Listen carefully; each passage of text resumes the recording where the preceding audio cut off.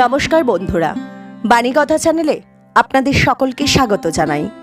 আজকের এই ভিডিওটি অবশ্যই মন দিয়ে দেখুন। ভগবান শ্রীকৃষ্ণের এই উপদেশগুলি আপনার চলার পথে সঠিক মার্গ দর্শন করাবে এবং আলোর দিশারি হয়ে উঠতে সাহায্য করবে।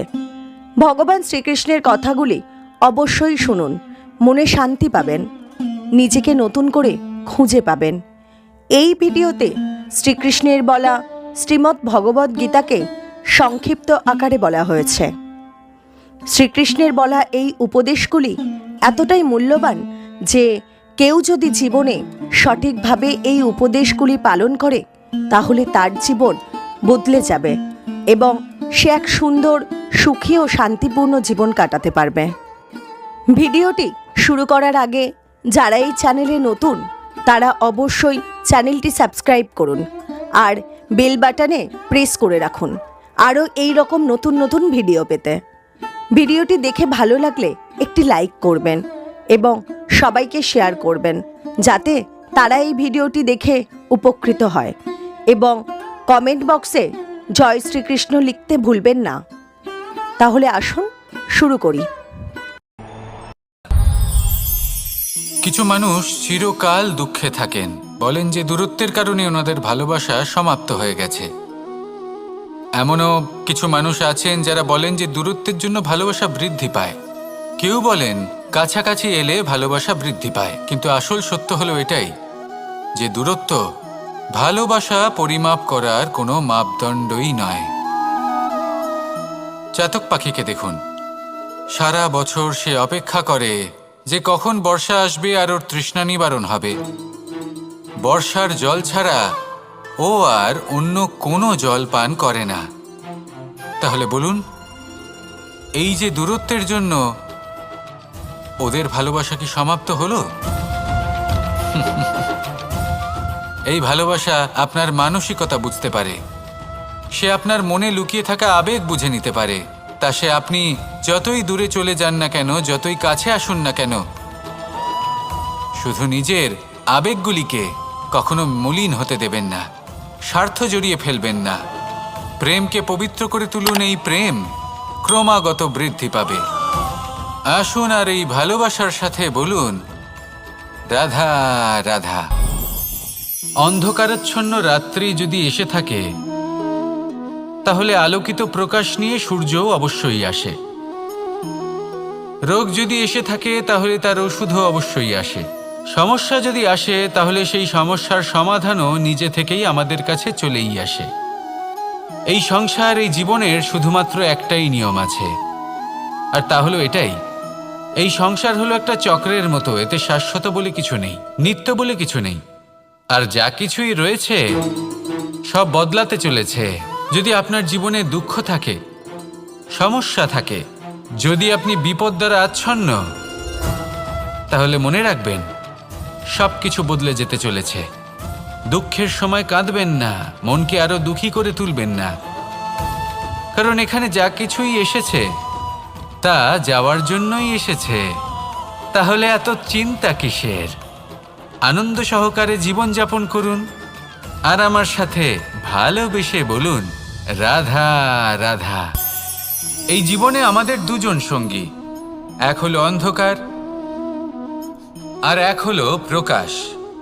এবার যখন এই অন্ধকারে আমরা প্রদীপ জ্বালাই, সেই প্রকাশের জন্য অন্ধকার আমাদের উপর রুষ্ট হয়ে চলে যায়। এবার যদি অন্ধকারকে খুশি করতে যাও তাহলে প্রকাশ আমাদের উপর রুষ্ট হয়ে চলে যায়। এ হলো ঠিক সেই পরিস্থিতি যে আমাদের দুই বন্ধু, তাদের মধ্যে সদ্ভাব নেই। যদি কোনো একজনের মান ভাঙাতে বা খুশি করতে যাও তাহলে দ্বিতীয়জন অবশ্যই রুষ্ট হয়। সেই অবস্থায় আপনাকে বোঝদারের মতো কাজ করতে হবে যে কখন কাকে সমর্থন করতে হবে, কখন কার সাথে চলতে হবে।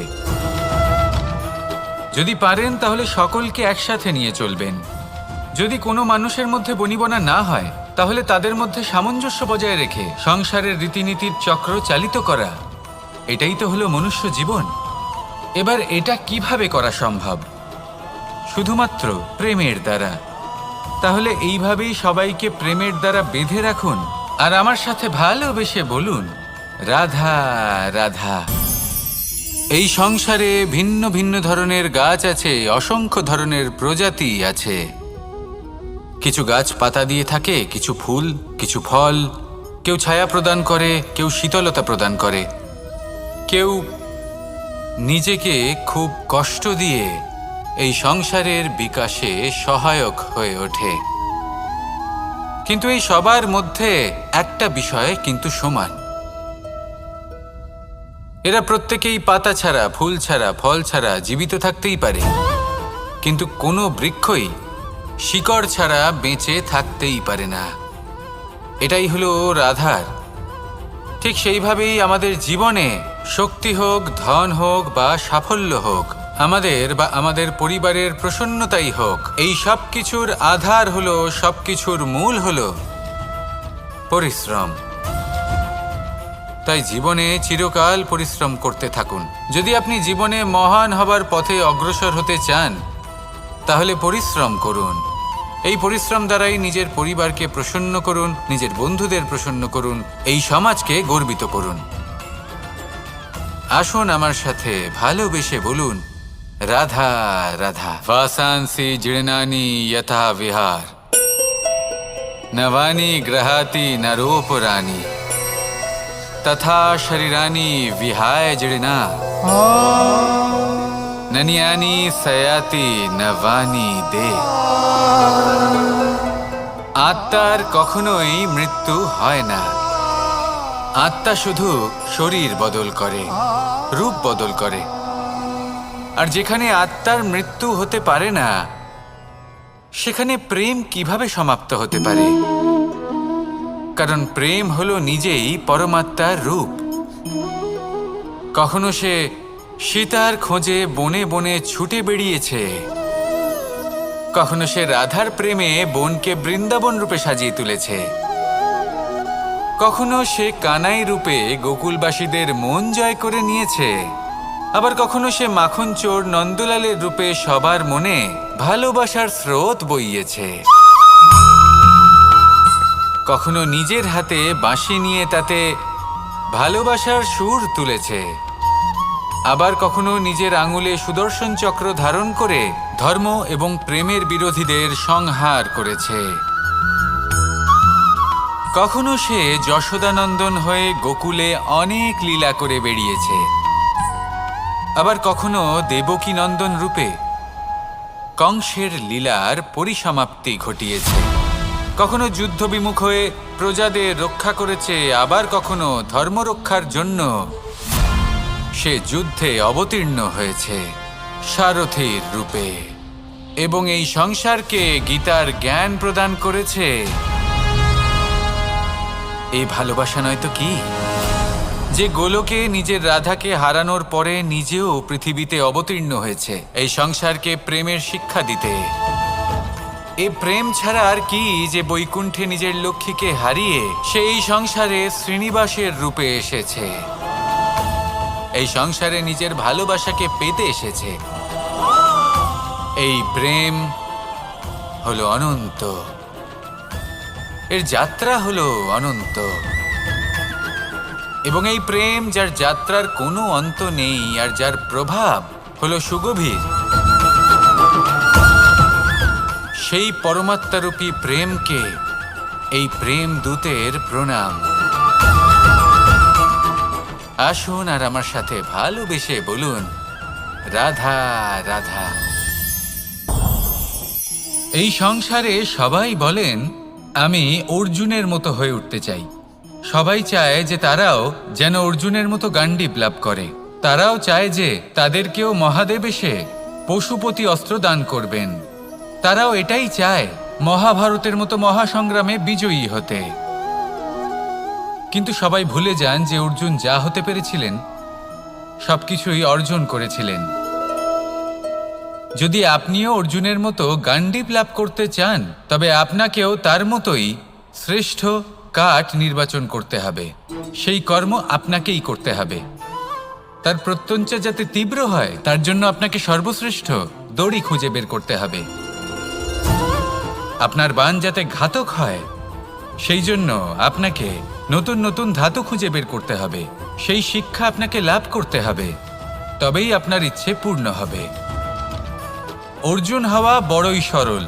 যদি আপনি কিভাবে অর্জন করতে হয় তা জানেন, শুধুমাত্র স্বপ্ন দেখেন যারা, তারা কখনোই অর্জন করতে পারবেন না। কিন্তু যদি কেউ অজ্ঞাতবাস ভোগ করতে পারে, যদি কেউ লাক্ষাগৃহ থেকে পালিয়ে বাঁচতে পারে, যদি কেউ কঠোর তপস্যা করতে পারে, প্রতীক্ষা করতে পারে এবং পরিশ্রম করতে পারে, তাহলে সে অর্জুন অবশ্যই হয়ে উঠবে। যদি আপনি অর্জুন হয়ে উঠতে চান, তাহলে কর্ম করতে শিখুন আর আমার সাথে ভালোবেসে বলুন, রাধা রাধা। আপনি কখনো রেশমের কীট দেখেছেন? নিজের সুরক্ষার জন্য সে নিজের লালা থেকে একটি সুতো উৎপন্ন করে আর সেই সুতো দ্বারা নিজেকে পেঁচিয়ে নেয়, প্রকৃতি এবং অন্য জীবজন্তুর হাত থেকে সুরক্ষার জন্য। কিন্তু যখন সেই সুতো শুকিয়ে যায়, তখন কি হয়? তা একটা খোলসে পরিণত হয়, এত সবল হয়ে যায় যে সেই রেশমের কীট তা ভেঙে বাইরে বেরিয়েই আসতে পারে না। শেষ পর্যন্ত এই কারণেই সে মৃত্যু লাভ করে। এবার যদি একটা প্রজাপতির কথা বলি, তাহলে প্রজাপতি কি করে? যখন সে উড়তে চায়, সে নিজেই নিজের খোলস ভেঙে ফেলে, সে তার পাখনা মেলে আর তারপর সে আকাশে উড়ে বেড়ায়। এটাই হলো শিক্ষা আমাদের জন্য।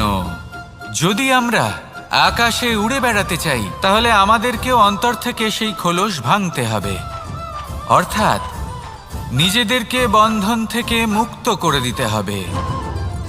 সুরক্ষার জন্য কোনো বাঁধনে জড়িয়ে পড়া, এ হলো সবথেকে বেশি অসুরক্ষিত কার্য। জীবনে সুরক্ষার ভয় থাকাটা উচিত, কিন্তু তা যদি অত্যাধিক হয়ে যায়, তাহলে তা আপনাকে এতটাই দুর্বল করে দেবে যে আপনি নিজেরই সুরক্ষার চক্র ভেঙে বেরোতেই পারবেন না।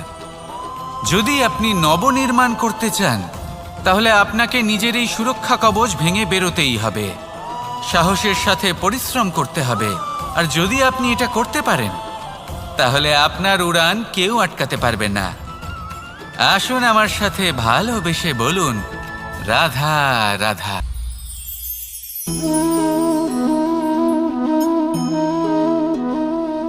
ভোজনের দ্বারাই শরীর পুষ্টি লাভ করে। ছোটবেলা থেকে আজ পর্যন্ত যাই আপনার ভোজন হয়ে থাকুক, যাই আপনার আহার হয়ে থাকুক, সেই অনুসারেই আপনার শরীর গঠিত হয়েছে। এই ভোজন অত্যন্ত গুরুত্বপূর্ণ, সেই জন্য এর প্রত্যেক অংশকে বোঝা খুব আবশ্যক। প্রথম অংশ, যে আমরা কি গ্রহণ করছি, এই ভোজন কোন স্থান থেকে আসছে সেটা বুঝুন।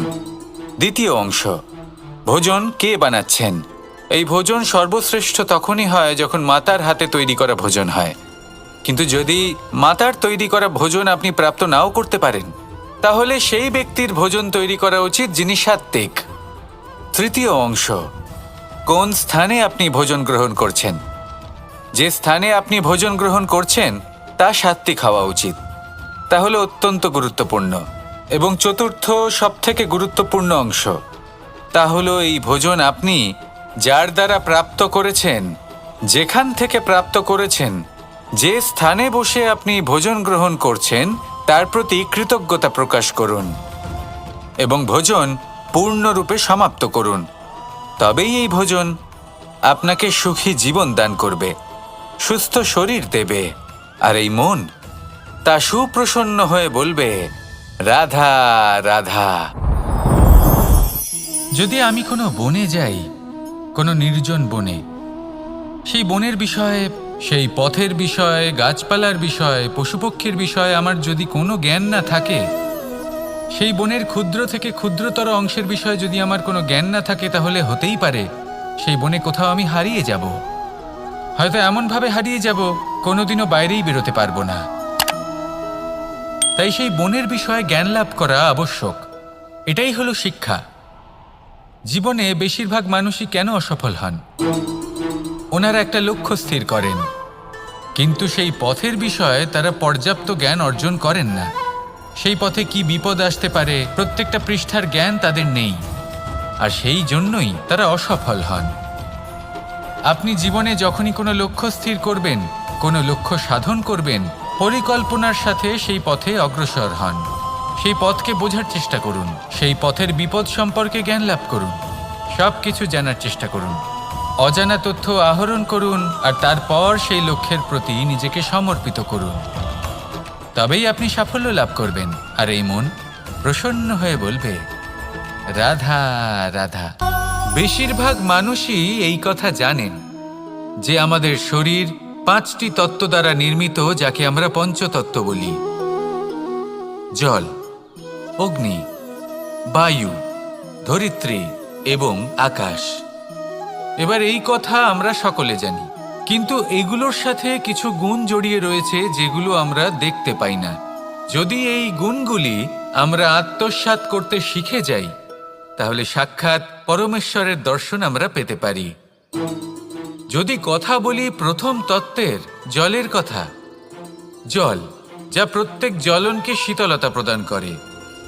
এই জলকে দেখুন, যা শুধু প্রবাহিত হতে জানে, থামতে জানে না। জল পাথরের সাথে সংঘর্ষ করতে জানে, যার পথে অনেক বাধা আসে, কিন্তু সে প্রবাহিত হতে থাকে। নিরাকার হলো এই জল, যে কোনো পাত্রেই রাখুন না কেন তার আকার ধারণ করে নেবে। এটাই হলো এর বিশেষত্ব, এবং এটাই হলো আমাদের শিক্ষা। কিভাবে প্রবাহমান থাকতে হবে, কিভাবে আমাদের থামলে চলবে না, তাতে আমাদের পথের মধ্যে যতই যেরকমই সমস্যা আসুক না কেন, আমাদের এই জলের মতোই নিরাকার হয়ে যে কোনো পরিস্থিতিতেই প্রবাহমান থাকতে হবে। এই শিক্ষাই জলের থেকে লাভ করুন, আর আমার সাথে ভালোবেসে বলুন, রাধা রাধা।